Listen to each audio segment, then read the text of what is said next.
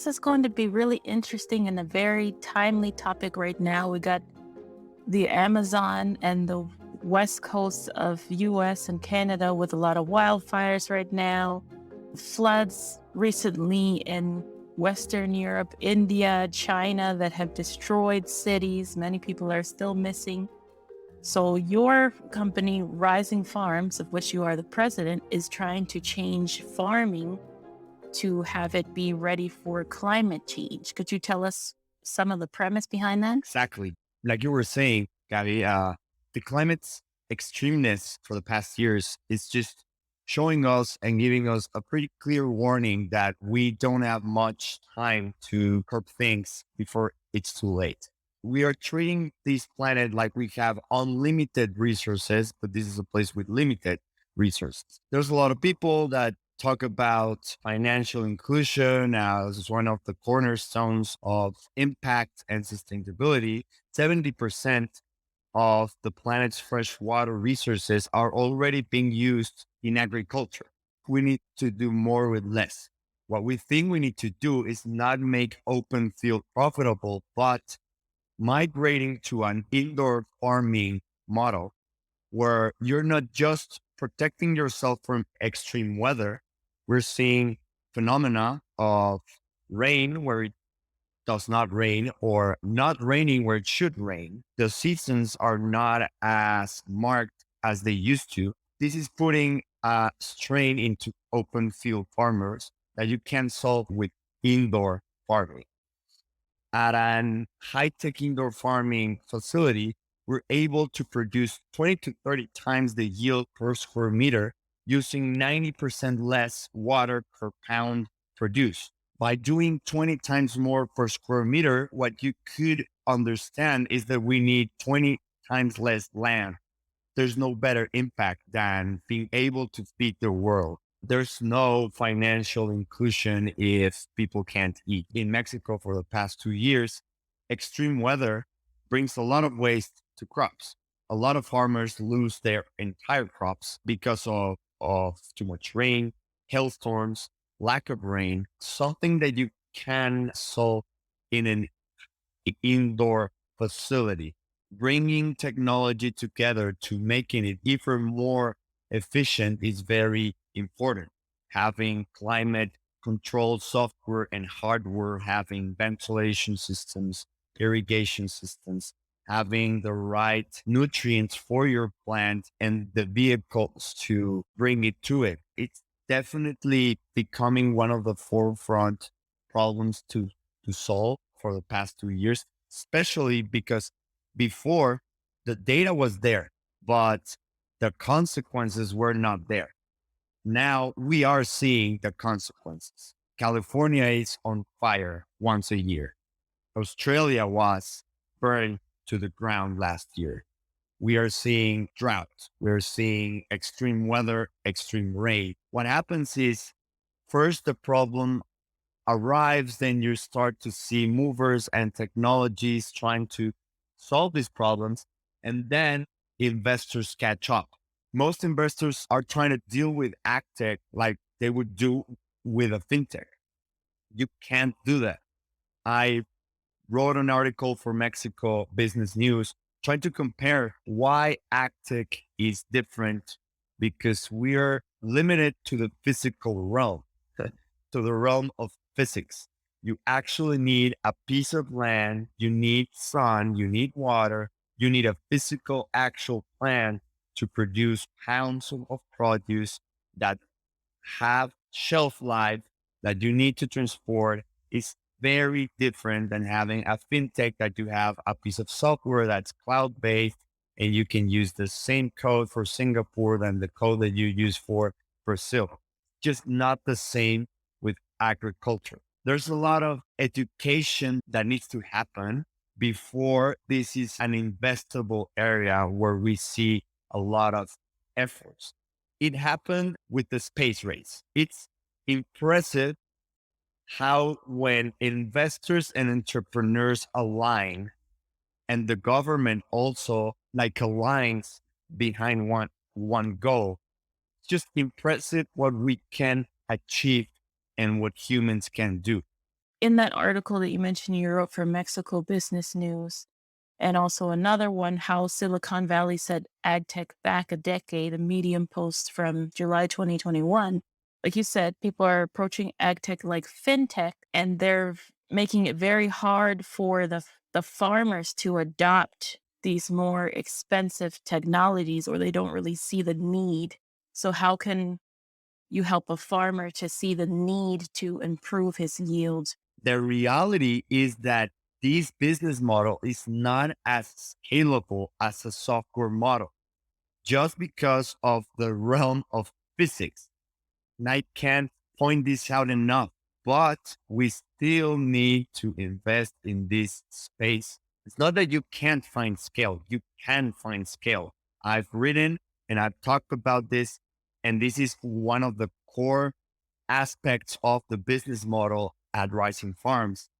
A hotel company, a hospitality company, usually does not build the buildings, right? The office space, the retail space.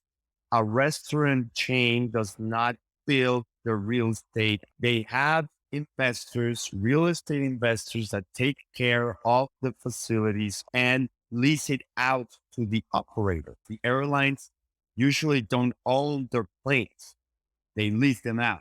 You have these in a lot of industries, and that's why they're able to scale, but you don't see these at the high tech indoor farming industry. When we're able to bring this to the table, then you'll have not just an industry that is extremely important for the future of the planet, but a scalable industry that can attract more investors with less risk. With Rising Farm too, it does seem to be a family business. Your brother Mauricio's the COO, and there's another Mauricio. Is that your dad? He's the He's my CPO. dad, yeah. So this is funny because we are co-founders. We came together because we are very good at each of the pivotal pillars of the business, right? Starting with my dad, he has more than 25 years experience within farming, especially 20 years at high tech indoor farming.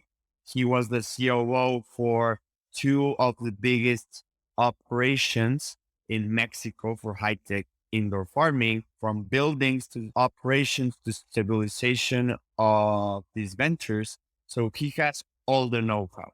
My brother, he's an industrial engineer. He has a lot of experience with certifications, with people. He has a master's in sustainability from HEC in Paris, management master's from the Norway School of Economics.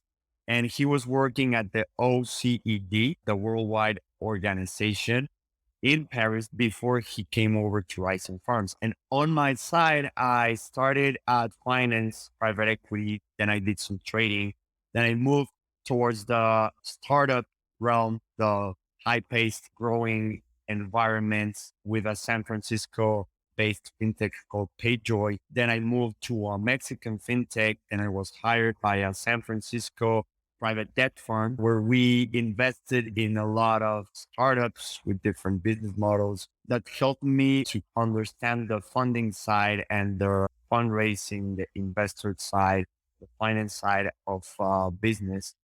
All of the three profiles that we have, they complement each other really well to start a business within this industry. We have a meritocracy model where we know who's good for what and we try not to interfere with each other's lane, although we have a great feedback loop where we're helping each other see clearly from outside our core responsibilities. It's very important for this business is one of the key things, but also financial planning, sophistication, being able to see 10 years into the future and say, how do I get to that point where I want to be and not just build something and go from there, but going at it more like SpaceX, right? With Elon Musk, he says, I want to go to Mars. What do I need to do to get there? It's not that he started with a company that wants to launch satellites. He first said, I want to go to Mars. What the step before that and before that, up to the point where he said, okay, first I need to make a profitable company that is able to build this technology so I can fund the trips to Mars. That's more or less what we are doing. We're looking into the future, what we want to do. We are thinking big. For example, the purchase of Rising Park. We purchased a big plot of land that's 160 acres in the Bajío corridor of Mexico. So we are able to grow for the next 3 to 5 years. That took us like a lot of creativity and risk. We are a young company, and it's not like we can buy 160 acres of land from our pocket. We need to find creative ways and partners to do it. The good thing is there's a lot of good examples of investors and companies in the US, especially, that are getting to understand this space. We need to bring them to Mexico because Mexico is a great place to grow things. We're not just extremely close geographically to North America, which is the biggest market in the world. We also have one of the best climate and temperature deltas there is in the world. We are able to grow the same quality produce as a high-tech indoor farm in Canada or in the US, but by using 10 times less fossil fuels per square meter because of the cold. Simply put, it's too cold in Canada and in some parts of the US. Labor is cheaper here, resources are cheaper here, the climate is better, we have access to the same technology, we can have a better business within the same space here in Mexico. The problem with Mexico is there's a lot of misconceptions and there's this aura of risk and unsophistication that we need to fix. We've been able to do that with FinTech, with PropTech, with a lot of industries where investors from the US, from Europe, are starting to invest very aggressively in Mexico because they see there's talent, there's sophistication, there's a market. We need to do this with agriculture, not just because we have the means, but because of the geography, which is so important. Yeah, you made an excellent point about that in your Mexico Business News article, where you mentioned that you're trying to figure out how much tech is too much tech. And as you mentioned, Mexico has a very nice climate. I'm very jealous right now. As opposed to many northern countries that also use indoor farming. So you use less greenhouse gases and you can also use less expensive materials. You mentioned in this article where you might have a greenhouse in Denmark made of glass and you have extra heating systems with Mexico because it's more of a warmer climate. You might be able to make the greenhouse with plastic materials. Yes. Uh-huh. So that does help bring the cost down a little bit as well. There's a lot of buzzwords and technology for technology's sakes. So there's good reasons for using too much technology. Let's say if I build a glass greenhouse in Mexico, because eventually, if you look at it from a very long term standpoint, it's going to pay off in 10 to 20 years. That's a good reason for implementing technology. A bad reason would be for it to look good. Because when you are spending more in automation, for example, in a country like Mexico, where labor is not as expensive as in Europe or in the US, you might be automating to the detriment of your bottom line. This is something we've forgotten in the past years, that a business needs to make money. You might say, I have the highest of technologies at my facilities, but I'm not making money. You need to have both eventually. It's not just the future. It's not just implementing great tech, but also implementing it for us to have a good business. Because we have a good business, we can hire the best people and we can grow and we can exist for the next 30 years, not just have an awesome business model and hype it and sell it and die.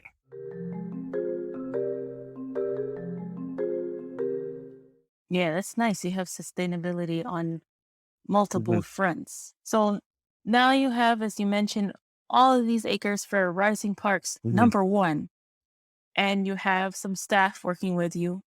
It's almost 2 years in. What stage are you at right now? So we have Rising Park. We can start building whenever we want. There's a lot of work with a piece of land like that, not just with hydrology studies, access studies, environmental studies. You need to have water, you need to have a well, you need to have a permit for that. You need to have the blueprint for the best configuration for the farms to exist in this plot of land. So we've done all that to the point where we're ready to start building. To start building, we are raising a round. That's our Series A. That's gonna allow us to kickstart stage one. Our plan A is to start these stages with real estate investors for us to be more scalable. But our plan B is to build it ourselves and later do a sale and lease back to these same investors. It happens that you might be a little early to the show where investors don't understand the importance of the industry, the returns of the industry, that this is an industry that can have scale. So you need to wait a little bit. We will be able to do that by doing this first stage within our balance sheet with our own resources. But hopefully we can start this Q4 of 2021 with the first stage, whether it be on our balance sheet with our own resources or partnering with a real estate investor. Real estate investors are seeing a lot of problems with their portfolios because retail assets are not as a good investment as they used to be because the pandemic just accelerated the trend of e-commerce where people don't need to go to an actual store. And also with the office space, as we realize that we don't need to work at an office to make things happen, what real estate investors will start to see is as their contracts are being renewed in the next 2 to 3 years, they're going to find that most of their tenants are not going to renew at the same rate that they did. They have a part-time office model or a completely remote model that puts them in a place where they need to diversify, find new niches, find new markets. Our business model is perfect for them because we are offering real estate assets that never stop, not for the pandemic, not for anything, and that are solving the future of food. We want to be at the forefront and perfectly prepared for that moment to happen. That's why we bought Rising Park. That's why we're ready. That's why we're racing this round for us to be ready when this catches up to us. Awesome. And I hear what you're saying with these real estate developers, but could you explain to me more of how that would work? The perfect way of working with them is with a built to suit model. Within real estate, a built to suit model is like, for example, Samsung needs a manufacturing facility in Mexico, let's say Tijuana. Normally, Samsung doesn't build this facility with their own money. A real estate fund that focuses on industrial assets, builds it for Samsung and leases it to Samsung. The fund basically says, what do you need? How much are we going to spend? What technology do you want? Where do you want it? They lease it out to Samsung for 10 to 15 years. This is a good business. This is exactly what we want to do. Okay, I need this type of facility here. I have the land. This is the technology. This is how much it's going to cost. The fund knows, okay, I need to put up 10 million, $20 million to build this facility, and I'm going to lease it to Rising Farms in the long term. So they can have the same return or better returns that you would have with an office building, with retail space, with industrial space. The problem is this is seen as a very risky investment. They are thinking that this is going to blow up and I'm going to end up with a huge facility with all this technology that I can't use. So first, we need to to make them understand it's happening in the US, it's happening in Europe, where you have great sophisticated corporations in indoor farming. You can have them in Mexico, like rising farms, for it to be a good investment. It's very important. We are already talking with a lot of real estate funds. Some of them are very close. We have letters of intent with them for this dynamic to start.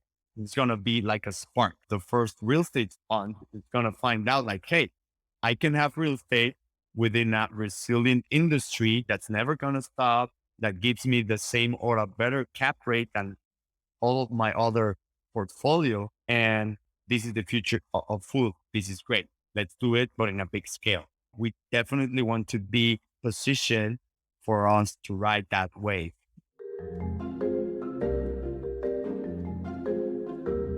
Okay, this sounds like it's going to be a very big disruption. Now I'm going to go a little bit to the negatives, the possible negatives, to ask you about the environmental impact of having such a large area. There's been a lot of protests due to climate change. There have also been some protests with large companies buying big areas of land from the local farmers or the local community. So, how does Rising Farms plan to work with the local community to help them develop responsibly their staff, the community in general? First, we would need to develop 20 to 30 times less land. So that's a great thing. Secondly, we grow hydroponically. That means we are not messing with the soil. What happens a lot with open field farming is that all the things that you're putting into the plant, you're putting into the soil.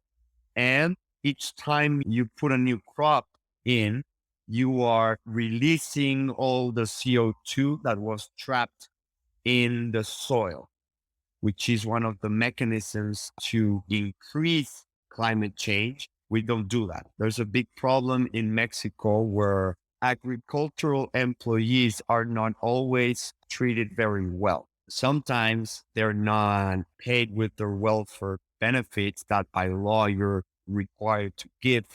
There's a lot of problems with education within these communities, poverty, challenging situations that they're facing that are not normally addressed by the companies that employ them. Mostly they're just hired hands. I hire you to do this, and I don't care what background, what problems you have.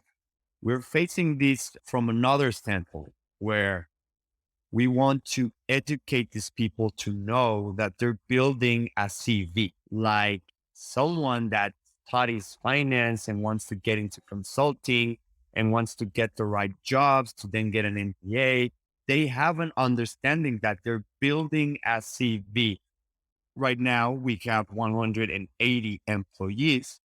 So we educate our employees to know, hey, you are building your CV. You're specializing on this specific task within the greenhouse. And guess what? If you learn to do it more quickly and with more quality, we pay more to people that are more specialized, that do their job better than to the newcomers. So they have an incentive of working up their ways through the ladder. And then, moreover, if they want to go to a new company or to another company that does high-tech indoor farming, they can get there with a CV saying, hey, I'm good at this, I do this better, and this, so they can get paid more. These are people that usually get stuck with the same range of income since they are 18 to when they're 50, because it's exactly the same work paid the same. So we want them to understand that if you build a CV, you can climb not just through the corporate ladder, but to get more income as time passes. Another thing is, unfortunately, Mexico has a lot of challenges with domestic violence, with drug abuse, especially within low income populations. We try to give them programs, like we have a program that not just helps them psychologically, especially women. We have 67% women within our workforce, and that's 90% within senior management. So we try to educate them psychologically, but also legally to tackle these challenges. Not like you're being abused in your home. That's too bad. No, we want to show you that's not okay. The legal resources that you have to make it up, but also psychologically, it's a challenge to get out of that situation, but we can do it together. And eventually, that's good for both of us because we have better quality people that do better jobs and we need less headcount in the future. Not just about technology reducing the overhead, but also having better equipped people at our company. So this is crucial. And this is one of the efforts that my brother is spearheading in the company because he has a sustainability master's, and sustainability, it's not just climate. It's also the workforce. It's also what you do with the people. So that's a very important thing that we put a lot of focus on. We are also like raising our hands saying, hey, all of those companies that are not paying welfare because they say that it's not sustainable, that's not true. We have much better wages than the comparables within the agricultural industry. We have all these programs, we pay welfare, we operate within the law, and we'll still make money.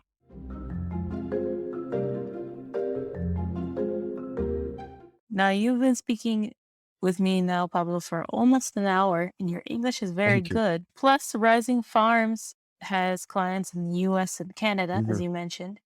So, besides having access to these other clients, how else has speaking English fluently benefited you? Going back, I must say that I am very lucky. It's very easy to just say, yeah, I'm smart and I'm here because I'm smart. But that's not true. Every single person needs to thank a lot of people along their way and their careers and their lives for enabling where we are now. So in my case, I was very lucky to have parents that gave me the best education possible in Mexico.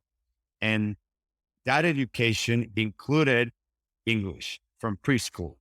People should know that knowing English and Excel, you could just have those two and do something successful. For me to be able to know English since I was little, that has given me access to a lot of content in English. I admire the US a lot because of the quality content and the amount of content that you guys have. You can listen to a podcast almost about any subject you want with experts and the people that are leading their fields. There's books, there's articles, there's blogs about any subject you want. So learning English allowed me to have access to this vast amount of worldwide content that helped me develop criteria and an IQ to be able to tackle the challenges that I've had, but also then being able to work at US based companies like FinTech startups, San Francisco based companies, where I learned a lot about how they think, how to build a company from scratch, how to work at a fast paced environment, and a lot of things that are very important. English doesn't mean like, oh, then I can communicate with the US. It's having access to all this content and all these investors and all these people that are English speaking that you can have contact with. Being able to express myself on a business standpoint in English has allowed us to talk with a lot of investors, access a lot of people within other countries, not just the US, Canada, Europe. So I would definitely put knowing English as one of the most important things that you can do to propel not just your career, but your access to content and ideas. Yeah, definitely. We've been doing a lot of stats today, but even on my podcast, I've said it a few times. There was a study recently that showed that most of the internet is in English. Of course, we know that, but it's 50%. Then Spanish only has about 5% of the internet. So that's a lot of information that someone would be missing if they didn't know how to read English well and understand it. Exactly. Plus, as you mentioned, these extra opportunities you have to talk to more people. 1 in 4 people speaks English. And of those people, probably only 25% of those are native speakers. So there's so many different perspectives that are brought in with the English language Yeah. right now. But I know you have a lot of stuff to do today, Pablo. So I'm going to go ahead and wrap it up here. If someone wants to get in touch with you besides your awesome podcast that you were telling me about, Vertical Ventures, to increase that access to quality content in Spanish, where else can people find you? LinkedIn, that's my name, or LinkedIn. You can search for me, Writing Farms. You can find me there. And there I try to publish content or talk about topics within entrepreneurship, agtech, agriculture. I also write for a page called Mexico Business News, like you mentioned.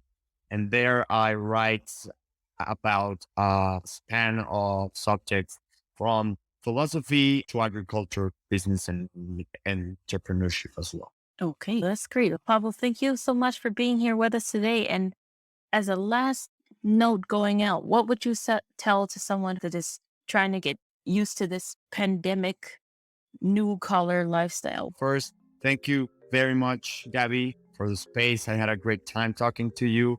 And my advice would be have less fear, pay less attention to the rules, pay more attention to what you want. Really know that no one knows what they're doing. Doesn't matter the money, the position, the job. They don't know what they're doing. They're dealing with things as you are doing right now, step by step, figuring things out. Fear is the biggest creativity destructor because we have all these rules that are made for us to navigate through life, automatic pilot mode that just leaves us in the majority of the cases having a lot of regrets. Have less fear. I haven't heard yet a single person that regrets being brave. Wow, that's a great point to end with.